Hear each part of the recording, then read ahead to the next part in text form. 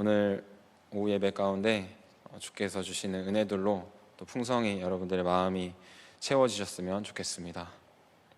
오늘 말씀은 마리아입니까? 마르다입니까? 라는 제목으로 말씀을 좀 나누게 되었는데요.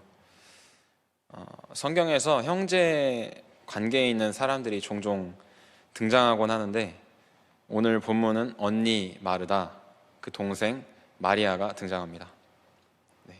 예수님은 이따금 베다니에 있는 마르다와 마리아의 오빠, 잘 알고 있는 나사로이죠. 나사로의 집에 들르곤 하셨던 것 같습니다. 그런데 말씀에서 보면 마르다와 마리아 자매의 모습이 대조적으로 나오는 것을 볼 수 있는데 본문 40절 말씀에서는 마르다는 준비한 일이 많아 마음이 분주한지라 라고 기록하고 있습니다. 무엇을 준비하느라고 분주했을까요? 마르다가 자기 집으로 영접했기 때문에 예수님을 대접하기 위해서 대접하기 위한 음식 준비로 분주하였을 것입니다. 잘 대접하고 싶었겠죠? 정성을 다해서 음식을 준비하느라고 분주하지 않았을까요? 예수님을 생각하는 마음이 간절했고 대접하라는 그 사랑은 나무랄 데가 없습니다. 귀한 일을 하고 있는 것입니다. 그런데 마리아는 무엇을 하고 있었나요? 39절을 보면 마리아는 주의 발치에 앉아 그의 말씀을 듣더니 라고 기록합니다. 마리아는 같은 여자 그리고 동생으로서 부엌에서 음식 만드는 일을 돕지 않고 주님의 발 아래 앉아서 예수님의 말씀을 듣는데 열중하고 있었습니다. 참 대조적이죠. 자매로서 마르다는 예수님을 대접할 음식을 만들고 막 준비하는데 열중해서 분주했고 마리아는 예수님의 말씀을 듣느라 부엌에 나가지도 않았습니다. 마르다는 혼자 바쁘게 일하다가 마리아가 나와보지도 않고 앉아서 예수님 말씀을 듣고 있으니까 예수님께 마리아 좀 이리로 보내주세요 라고 말하고 있습니다. 요청하고 있습니다. 여러분이라면 어떻게 하시겠습니까? 그래 데리고 가라 하실 수도 있겠고, 근데 예수님의 대답은요 의외인 것 같습니다. 누가복음 10장 41절에서 42절 말씀을 한번 다시 보겠습니다. 누가복음 10장 41절에서 42절 말씀입니다. 주께서 대답하여 이르시되 마르다야 마르다야 네가 많은 일로 염려하고 근심하나 몇 가지만 하든지 혹은 한 가지만이라도 족하니라. 마리아는 이 좋은 편을 택하였으니 빼앗기지 아니하리라 하시니라. 아멘. 자, 중요한 것은요 이 중에 어느 편이 더 귀한 것이고 예수님에게 기쁨을 드리는 것인가 하는 것입니다. 누가 더 예수님에게 좋은 편을 택했을까요? 예수님을 대접하는 마르다도 좋은 일을 했습니다. 그러나 예수님의 말씀을 경청하는 마리아는 오늘 예수님께서 더 좋은 일이라고 얘기하고 계십니다. 예수님에게 대접하려고 애쓰는 마르다보다 말씀에 귀 기울이는 마리아가 더욱 귀했습니다. 주님의 입장에서는요. 저는 제가 속한 공동체에서 간사로 이렇게 사역하면서 지금은 또 여러 지체와 함께 생활 공동체로 또 같이 살고 있기도 한데 저에게 재정이나 선물 등으로 이렇게 많이 받아본 적은 없지만 이렇게 그런 것들로 섬기는 지체들도 있습니다. 그런 지체들이 있는 한편 가르침 받은 것들을 잘 듣고 실천하면서 적용하는 친구들을 보면 그것보다는 좀 더 기쁜 것 같습니다. 보통 잘 듣고 따르는 지체들이 대접도 잘하지만 어쨌든 잘 듣고 잘 따르는 친구들이 더 귀하게 느껴집니다. 교육부서에서 계시는 선생님들이나 다른 분들은 느끼실 수 있을 것입니다. 여러분은 같은 하나님의 일꾼이라면 좀 더 주님을 즐겁게 해드리고 싶은 일꾼이 되고 싶지 않으세요? 여러분의 삶은 어떠하십니까? 마르다 같으신가요? 아니면 마리아 같으신가요? 새벽부터 밤중까지 주님의 일을 하려고 뛰어다니시나요? 아니면 주님의 뜻을 헤아리려고 그 음성에 귀 기울이고 묵상하고 기도하시나요? 네. 이것을 이분법적으로 생각하기는 어렵겠지만 어떤 경향이며 어떤 스타일인지는 중요한 것입니다. 물론 우리가 일도 열심히 해야 하지만 주님의 음성에 귀 기울이는 것은 더 중요하다는 것입니다. 요한복음 12장 1절에서 8절 말씀을 한번 보시겠습니다. 요한복음 12장 1절에서 8절 말씀입니다.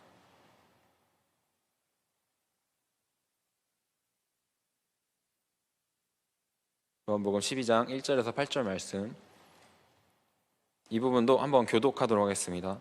6월절 엿새 전에 예수께서 베다니에 이르시니 이곳은 예수께서 죽은 자 가운데서 살리신 나사로가 있는 곳이라.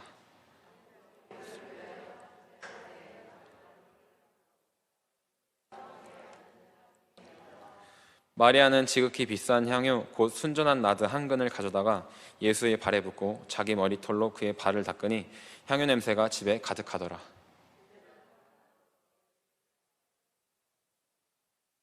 이 향유를 어찌하여 300데나리온에 팔아 가난한 자들에게 주지 아니하였느냐 하니,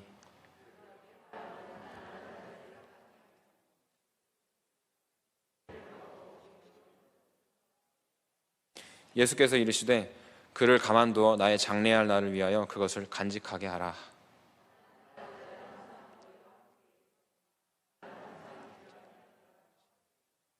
아멘. 자, 예수님이 십자가 지시기 전에 다시 베다니를 들르셨습니다. 네. 예수님을 위해서요 잔치까지 열었습니다.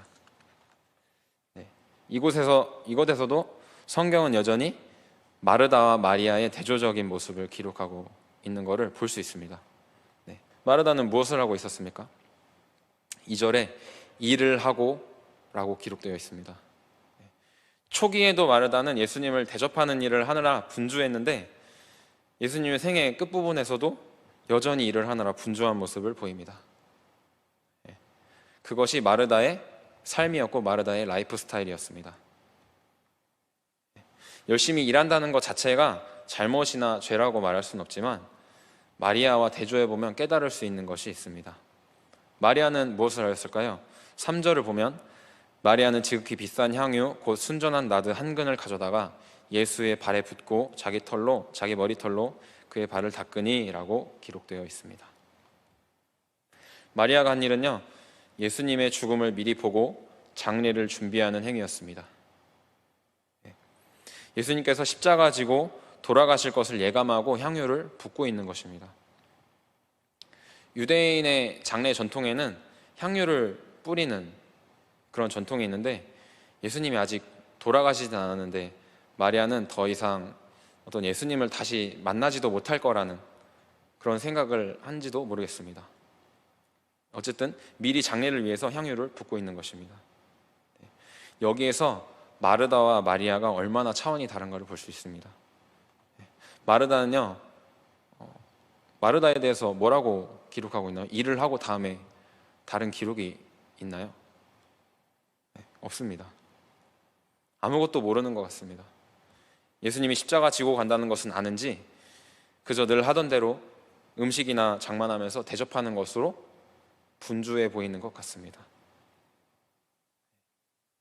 마리아는요 예수님의 죽음을 알고 있었고 심각성을 알고 예수님의 마음을 알아차립니다. 그리고 미리 장례를 준비하는 눈물의 깊이를 보입니다. 이 상황에서 누가 더 바람직한 모습을 하고 있는 것 같습니까? 누가 상황에 맞는 행동을 하고 있는 것 같으세요? 주님이 우리가 보다 많은 일을 하길 원하실까요? 아니면 우리가 주님의 마음과 음성을 더 많이 깊게 듣기를 원하실까요? 방금 읽었던 요한복음 말씀과 동일한 내용을 기록하고 있는 마가복음을 같이 한번 보겠습니다. 마가복음 14장 3절에서 9절 말씀입니다. 마가복음 14장 3절에서 9절 말씀입니다.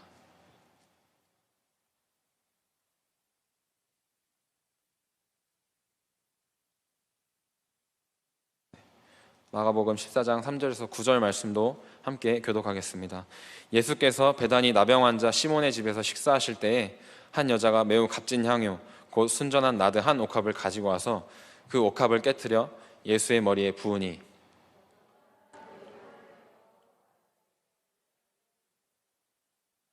이 향유를 300데나리온 이상에 팔아 가난한 자들에게 줄 수 있었겠도다 하며 그 여자를 책망하는지라.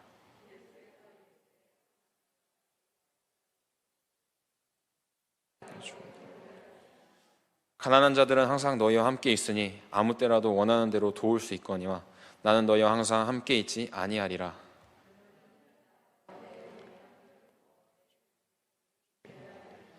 내가 진실로 너희에게 이르노니 온 천하 어디에서든지 복음이 전파되는 곳에는 이 여자가 행한 일도 말하여 그를 기억하리라 하시니라.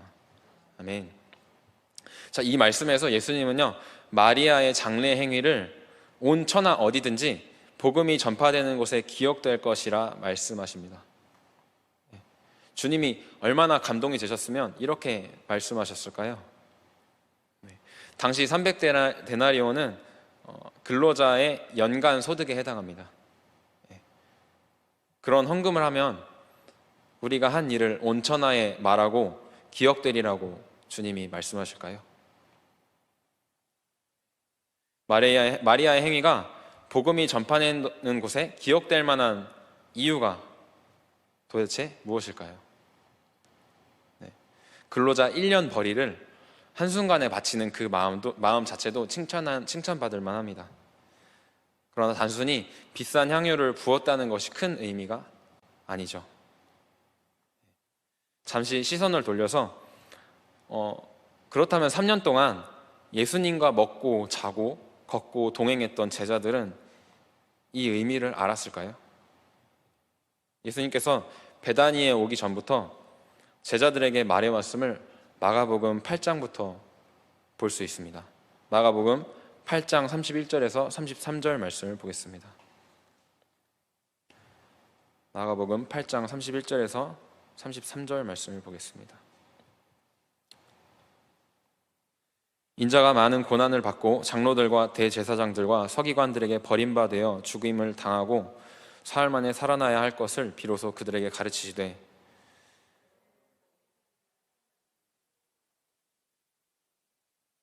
예수께서 돌이키사 제자들을 보시며 베드로를 꾸짖어 이르시되 사탄아 내 뒤로 물러가라. 내가 하나님의 일을 생각하지 아니하고 도리어 사람의 일을 생각하는도다 하시고.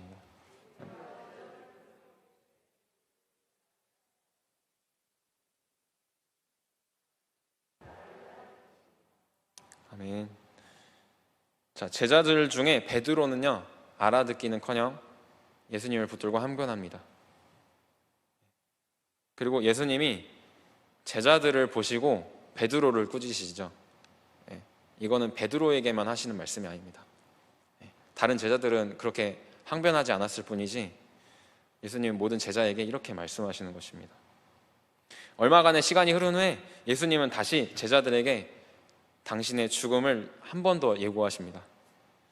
그것이 마가복음 9장 30절에서 32절 말씀입니다.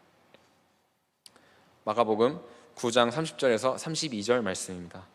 그곳을 떠나 갈릴리 가운데로 지날새 예수께서 아무에게도 알리고자 아니하시니 이는 제자들을 가르치시며 또 인자가 사람들의 손에 넘겨져 죽임을 당하고 죽은 지 사흘 만에 살아나리라는 것을 말씀하셨기 때문이더라. 그러나 제자들은 이 말씀을 깨닫지 못하고 묻기도 두려워하더라. 아멘. 예수님이 두 번째 십자가 예고를 듣고도 제자들은 마가복음 8장과 동일하게 깨닫지 못합니다. 이렇게 이해하지 못한 제자들의 모습은요, 이 다음 구절에 나타납니다. 33절과 34절을 보겠습니다. 가버나움에 이르러 집에 계실새 제자들에게 물으시되 너희가 길에서 토론한 것이 무엇이냐 하시되 그들이 잠잠하니 이는 길에서 서로 누가 크냐 하고 쟁론하였음이라. 제자들이 취한 행동은요, 누가 크냐고 다투는 일이었습니다. 제자들이 예수님 마음에 마리아처럼 관심이 있었다면요, 이렇게 다투었을까요? 저는 이렇게 답답하게 행동하는 제자들을 보면서 또 가르치시는 주님을 보면서 아, 주님 속이 타도 이미 까맣게 탔겠구나 라고 생각했습니다. 예수님은 십자가를 말씀하셨고 죽음도 그리고 부활도 말씀하셨습니다. 십자가의 도가 무엇인지 제자들에게 말씀하시려고 하셨는데 제자들은 예수님의 죽음도 의식하지 못하고 십자가 죽음의 길목에서 다투고 있었습니다. 오늘날 많은 교회에서 또 세상에서 누가 크냐의 다툼이 일어나는 이유는 무엇일까요?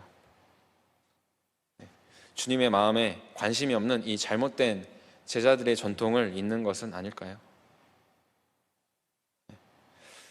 베다니에서의 하루가 지나가고 예루살렘에 가기 전에 이제 정말 십자가를 져야 할 시간이 임박한 시점에 예수님께서 다시 한번 제자들에게 말씀하십니다. 마가복음 10장 32절에서 34절 말씀입니다. 마가복음 10장 32절에서 34절 말씀입니다. 예루살렘으로 올라가는 길에 예수께서 그들 앞에 서서 가시는데 그들이 놀라고 따르는 자들은 두려워하더라. 이에 다시 12제자를 데리고 자기가 당할 일을 말씀하여 이르시되 보라, 우리가 예루살렘에 올라가노니 인자가 대제사장들과 서기관들에게 넘겨짐에 그들이 죽이기로 결의하고 이방인들에게 넘겨주겠고 그들은 능욕하며 침뱉으며 채찍질하고 죽일 것이나 그는 3일 만에 살아나리라 하시니라. 아멘. 자, 세 번째로 예수님이 말씀하시는 것입니다.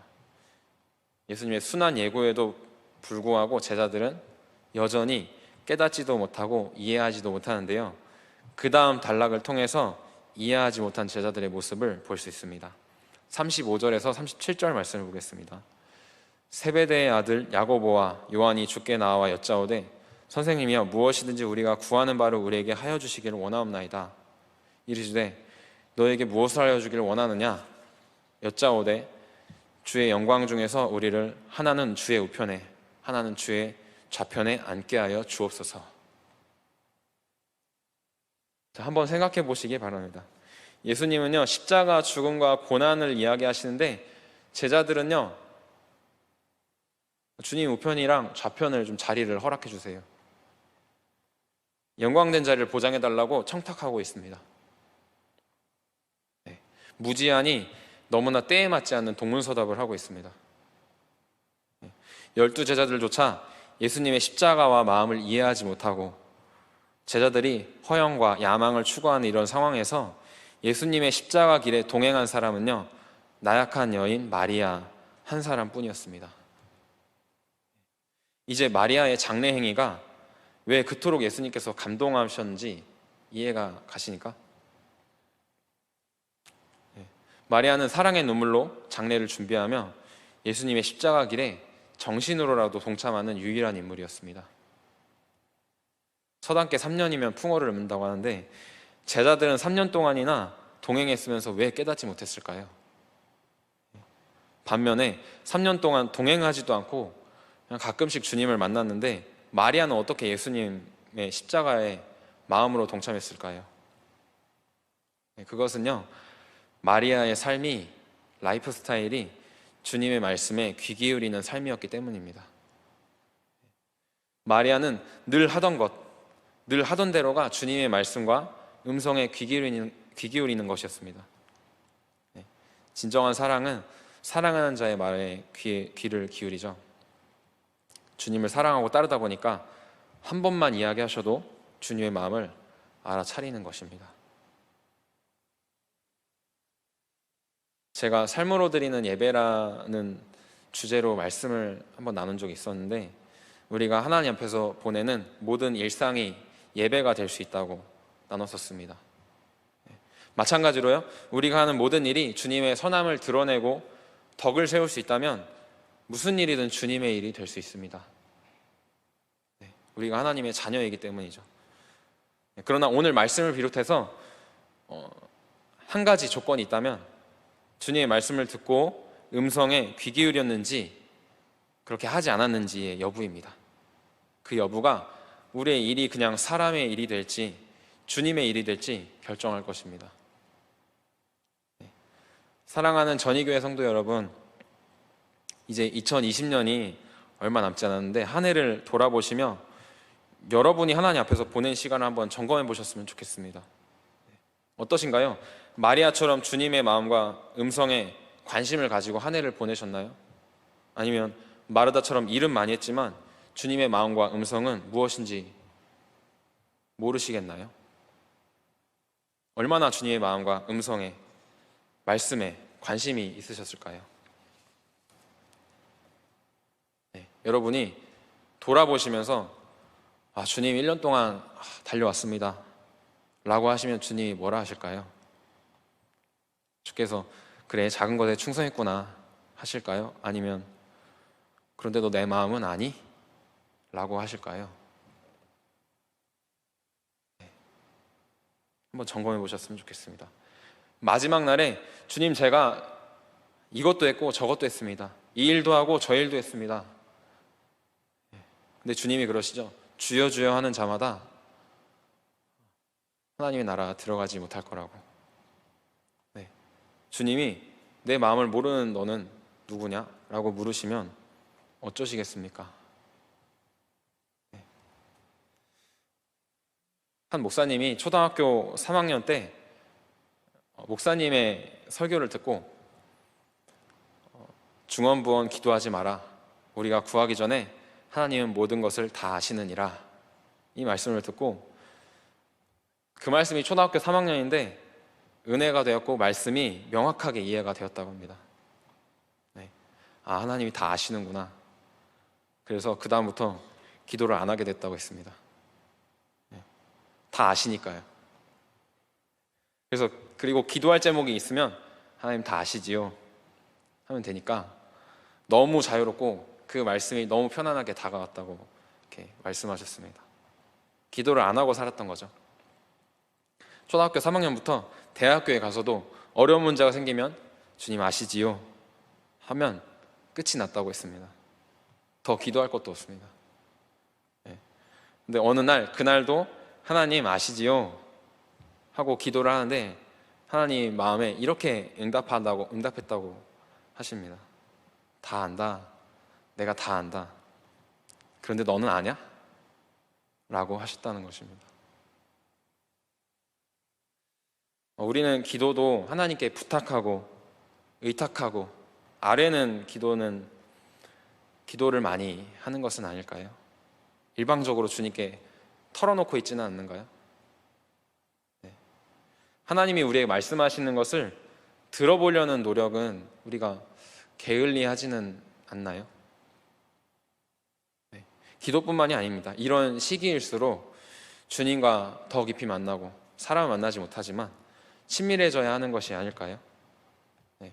거리두기이며 자가격리라고 해서 주님도 거리두기 하시고 주님도 자가격리하고 계시진 않으시니까요. 네. 말씀을 마무리하겠습니다. 저는 단순히 기도하면서 말씀을 보고 묵상을 하고 책 읽는 것이 경건이 아니라 그렇게 하더라도 중요한 것은 주님께 귀 기울이는 것이고 그것이 경건이자 영성이라고 말씀드리고 싶습니다. 네. 여러분 마르다처럼 일 중심의 삶이 되고 싶은가요? 아니면 마리아처럼 주님의 말씀과 음성에 귀 기울이는 삶이 되고 싶으신가요? 네. 주님은 마리아를 더 좋게 여기시기도 하셨지만 저는 오늘 함께 이 말씀을 듣고 계신 모든 분들이 주님의 말씀과 음성에 귀 기울여서 주님 마음에는 감동을 주고 들은 것으로 열심히 충성해서 사람을 섬기고 덕을 세우시는 모든 성도님들이 되셨으면 좋겠습니다. 네, 그래서요 마리아의 영성뿐만 아니라 그 영성으로 마르다의 일을 감당하시는 멋진 하나님의 자녀들이 다 되셨으면 좋겠습니다. 이렇게 기도하겠습니다.